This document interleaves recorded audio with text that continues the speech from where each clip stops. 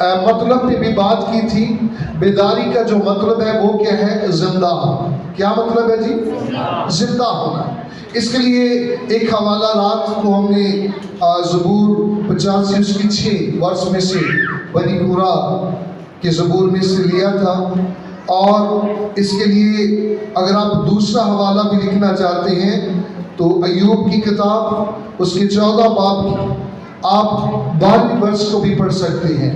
تو میں چاہتا ہوں آئے ان 2 حوالوں کو دوبارہ سے ہم دیکھ لیتے ہیں تاکہ جو نئے لوگ ہیں ان تک بھی یہ خدا کا کلام جو ہے پہنچ جائے. اور جو نوٹس بنا رہے ہیں وہ بنا سکتے ہیں تاکہ ان نوٹس کے وسیلہ سے وہ دوسروں کی مدد بھی کر سکیں.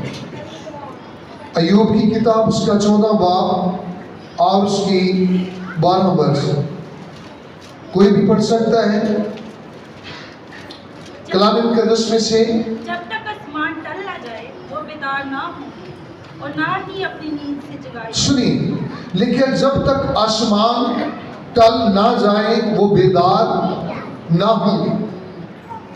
اور ساتھ یہ بتایا گیا اور نہ اپنی نیند سے جگائے جائیں گے. تو یہاں پہ جو لفظ ہے یاد رکھیں بیدار, یہ مردوں کے زندہ ہونے کی بات ہو رہی ہے. تو میں نے بتایا لفظ بیداری جو ہے, بیدار کا مطلب کیا ہے؟ زندہ ہونا. اور پھر زبور 85 کے اندر اس کی 6 آیت میں ہم نے پڑھا تھا, لکھا ہے کیا تو ہم کو پھر زندہ نہ کرے گا تاکہ تیرے لوگ تجھ میں شادمان ہوں. آمین. اور سنیں یہاں پہ بنی کورا کی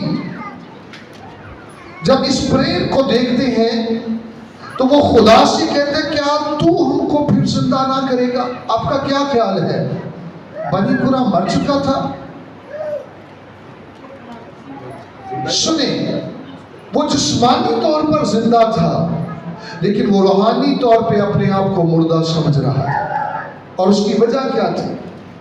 اس کی وجہ اس آیت کی دوسری لائن ہمیں بتاتی ہے.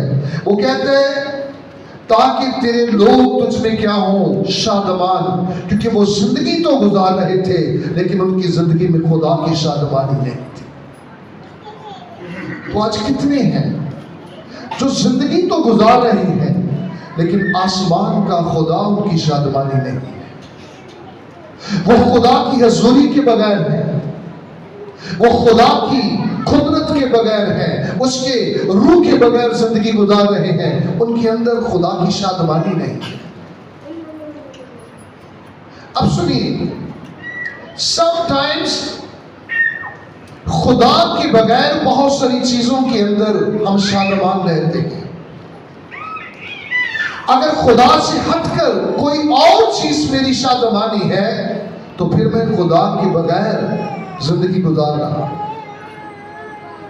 اگر میری شادمانی دنیا کی چیزیں ہیں اور دنیا کو بنانے والا نہیں ہے تو پھر یہ میرے لیے خطرہ ہے. ہمیں اس شادمانی کو ریسیو کرنا ہے. اور کلام مقدس میں جب ہم پڑھتے ہیں تو یہاں پہ آگے لکھا ہے, میں ان دونوں آیات کو اکٹھا پڑھنا چاہتا ہوں, 6 اور 7 ورس. کیا تو ہم کو پھر زندہ نہ کرے گا تاکہ تیرے لوگ تجھ میں شادمان ہو. اے خداوند تو اپنی شفقت ہم کو دکھا اور اپنی نجات ہم کو بخش. آمین. کیا بخش؟ اپنی نجات. کیونکہ جب تک تو اس بندگی سے رہائی نہیں دے گا, ہمارے غموں سے رہائی نہیں دے گا, جب تک تو گناہوں سے چھٹکارا نہیں دے گا, تب تک آسمان کے خدا شادمانی ہماری زندگی میں نہیں آ سکتی. آپ نے دیکھا کئی خاندان خدا کے بغیر ایک ادھوری زندگی بسر کر رہے ہیں, وہاں پہ شادمانی نہیں. sometimes ایسا ہوتا ہے کہ ہم خدا کے ساتھ چلتے ہوئے بھی مردہ حالت میں ہوتے ہیں. آپ کا کیا خیال ہے؟ مردہ صرف وہی ہیں جنہوں نے ابھی تک توبہ نہیں کی, یا وہ بھی مردہ ہو سکتے ہیں جنہوں نے توبہ کی ہے لیکن کرنے کے بعد پھر بھی وہ گناہ میں زندگی گزار رہے ہیں. سنیں، سم ٹائم ایماندار جو خدا کے ساتھ چلتے ہیں، جب وہ بھی خدا سے پیچھے ہٹ جاتے ہیں تو یاد رکھیں وہ بھی مردہ حالت کے اندر مبتلا ہو جاتے ہیں. یاد رکھیں جب انسان روحانی طور پہ مردہ ہوتا ہے تو پھر ہوتا کیا ہے؟ اس کی زندگی میں کچھ چیزیں رونما ہوتی ہیں. نمبر 1، وہ خدا کے ساتھ زندگی گزارنے میں اس کا جو تعلق ہے وہ بالکل ٹھنڈا ہو جاتا ہے. وہ دعا کرے یا نہ کرے وہ فیل نہیں کرتا کیونکہ وہ ٹھنڈا ہو جاتا ہے. اور اگر ایسا ہو جائے تو پھر سمجھیں اب آپ کو بیداری کی ضرورت ہے. پھر نمبر 2، اگر آپ خدا کی کلام میں اور خدا کے ساتھ آپ کا جو رشتہ ہے اگر آپ اس میں کوئی دلچسپی نہیں رکھتے، آپ کو خدا کی بارگاہوں میں جانے میں کوئی خوشی محسوس نہیں ہوتی، آپ کو بوجھ لگتا ہے، تو پھر سمجھیں آپ کو بیداری کی ضرورت ہے. آپ کو پھر سے مسیح میں زندہ ہونے کی ضرورت ہے. اگر آپ یہ محسوس کرتے ہیں کہ آپ کو دنیا کی رسمیں اچھی لگتی ہیں لیکن خدا کا کلام اور اس کی باتیں آپ کے لیے الجھن ہے، بوجھ ہے، تو پھر آپ کو یاد رکھیں بیداری کی ضرورت ہے. آپ کو پھر سے زندہ ہونے کی ضرورت ہے. اگر آپ کو یہ فیل ہو کہ آپ واپس جھوٹ کی طرف لوٹ رہے ہیں، آپ نے مسیح کو قبول تو کیا، بپتسمہ بھی لیا، نجات بھی پائی، آپ بڑی اچھی دعا کرنے والے تھے، غیر زبانیں بولنے والے تھے، آپ خدا کے ساتھ اس کے لوگوں کے ساتھ ایک اچھے رشتے میں قائم تھے، اور آپ اب سب کچھ کھو چکے ہیں اور آپ نے کبھی اپنے اندر کوئی بوجھ فیل نہیں کیا کہ مجھے خدا کی طرف لوٹنا ہے، تو پھر یہ وہ وقت ہے جب آپ کو بیداری کی ضرورت ہے. اور یہ وہ بات ہے جس کو بنی کورا یہاں پہ بیان کرتا ہے، کیا تو ہم کو پھر زندہ نہ کرے گا؟ اب ہمیں ایک زندگی کی ضرورت ہے، اور یہ وہ زندگی ہے جو آسمانوں سے روح القدس کی صورت میں نازل ہو. آمین. اور جب تک یہ آئے گی نہیں، یاد رکھیں کلیسیا میں بیداری نہیں آئے گی. اور سنیں، ابتدائی کلیسیا کو جب ہم دیکھتے ہیں تو ابتدائی کلیسیا نے اس بیداری کے لیے خدا کا انتظار کیا تھا. آمین. خدا کا کیا کیا تھا جی؟ انتظار کیا تھا. لیکن کیا آج کی کلیسیا بھی انتظار کر رہی ہے؟ آپ کو پتہ ہے سب سے زیادہ انسان کو فکر کب ہوتی ہے؟ جب وہ خدا کی حضوری میں ہوتا ہے. گھڑی سب سے زیادہ کب انسان دیکھتا ہے؟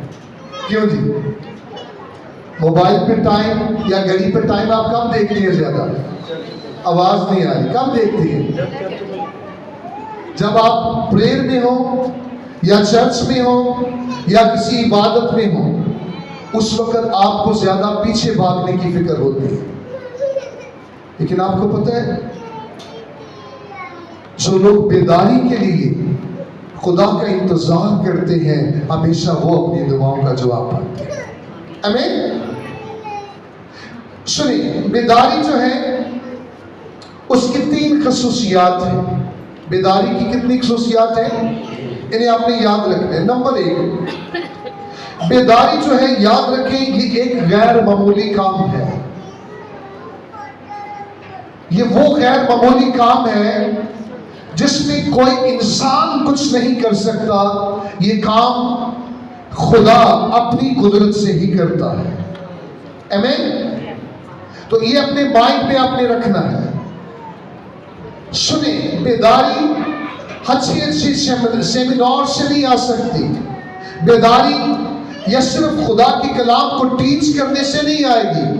ہاں کلام سنانے سے، تربیت کرنے سے لوگ خدا کے کلام کی سمجھ پائیں گے، دعا کرنے کی سمجھ پائیں گے، وہ جھکیں گے، وہ اپنی طرف سے وہ سب کچھ کریں گے جو کلام فرماتا ہے. لیکن بیداری تب ہی آئے گی جب خدا آسمانوں سے انسانوں کے لیے کچھ کرے گا. آمین.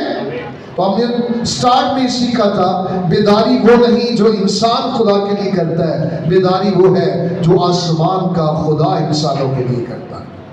آمین. ہاللیلویا. سو اس لیے پہلی بات بیداری کی خصوصیات یہ ہے، فرسٹ کہ یہ غیر معمولی ہے، اس میں انسان کا دخل نہیں ہے، یہ خدا اپنی قدرت سے کرتا ہے. آمین. پھر نمبر 2، یاد رکھیں بیداری خدا کا کام ہے. بیداری کس کا کام ہے؟ سنیں، جس طرح حمد کرنا خدا کی یہ ہمارا کام ہے، پریئر کرنا یہ ہمارا کام ہے، لیکن دعاؤں کا جواب دینا خدا کا کام ہے. خدا کے سامنے سجدہ کرنا یہ ہمارا کام ہے، اس کی عبادت کرنا ہمارا کام ہے، لیکن برکت دینا اس خدا کا کام ہے. لیکن تو خدا اپنے خدا کی عبادت کرنا تب وہ تیری روٹی اور پانی پہ اور تیرے بیچ سے بیماری کو کیا کرے گا؟ گناہوں سے معافی مانگنا ہمارا کام ہے اور گناہوں کو معاف کرنا خدا کا کام ہے. کچھ کام خدا کے ہیں اور کچھ کام ہمارے ہیں. یاد رکھیں بیداری خدا کا کام ہے، یہ انسان کا کام نہیں. اس لیے ہمیں اپنے کام کو فوکس کرنا ہے اور خدا کے حضور خدا کا انتظار کرنا ہے. اور یاد رکھیں بیداری آگ کی مانند لگتی ہے، اور جب یہ آگ لگ جاتی ہے تو پھر یہ آگ رکتی نہیں. پھر یہ آگ ملکوں کو، شہروں کو اپنی لپیٹ میں لیتی جاتی ہے. اور میری دعا ہے کہ خدا ایسا کرے کہ ہم خدا کی بارگاہوں میں انتظار کرنے والے ہو جائیں. آمین. آج ذرا کلام مقدس میں سے ایک حوالہ میرے ساتھ نکالیں. ہم زبور کی کتاب زبور 69 ہے، اور اس کی ہم جو 3 آیت ہے اس کو تلاوت کریں گے. جن کے پاس خدا کا کلام ہے وہ ضرور اسے اوپن کریں. زبور 69 اس کی 3 ورس کوئی بھی پڑھ سکتا ہے. میں چلاتے چلاتے تھک گیا، میرا گلا سوکھ گیا، میری آنکھیں اپنے خداوند کے انتظار میں پترا گئیں. آمین. جی سنیں، یہاں پہ لکھا ہے کلام مقدس میں، لکھا ہے میں چلاتے چلاتے تھک گیا. میں چلاتے چلاتے تھک گیا اور میرا گلا سوکھ گیا، میری آنکھیں اپنے خدا کے انتظار میں پترا گئے. آمین. اور سنیں، اگر آپ اس بات پہ ذرا دھیان دیں تو یہاں پہ کلام مقدس کے اندر خدا کے انتظار کے لیے یہاں پہ مقدس داؤد کی حالت کیسی ہے. داؤد خدا کا انتظار کر رہا تھا، اور وہ یہاں پہ واضح طور پہ کہتا ہے میں چلاتے چلاتے تھک گیا اور میرا گلا کیا ہو گیا ہے. لیکن کیا داؤد نے انتظار چھوڑ دیا؟ وہ چلا رہے خدا کے حضور، لیکن مقصد کیا ہے کہ وہ خدا کا انتظار کر رہا تھا تاکہ خدا آسمانوں سے مداخلت کرے. وہ اس بات کے لیے چلاتا ہے اور پھر کہتا ہے میرا گلا سوکھ گیا اور میری آنکھیں اپنے خدا کے انتظار میں پتلا گئی.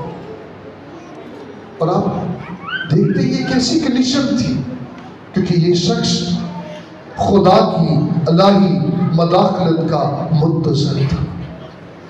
کاش آج ہم اس خدا کی حضور چلائیں، ہم اس خدا کی حضور اپنے گلے سے آواز کو بلند کریں، کیونکہ خدا فرماتا ہے مجھے پکار اور میں تجھے جواب دوں گا. اور آج افسوس کی بات یہ ہے کہ کلیسیاؤں میں خدا کو پکارنے والے نظر نہیں آتے.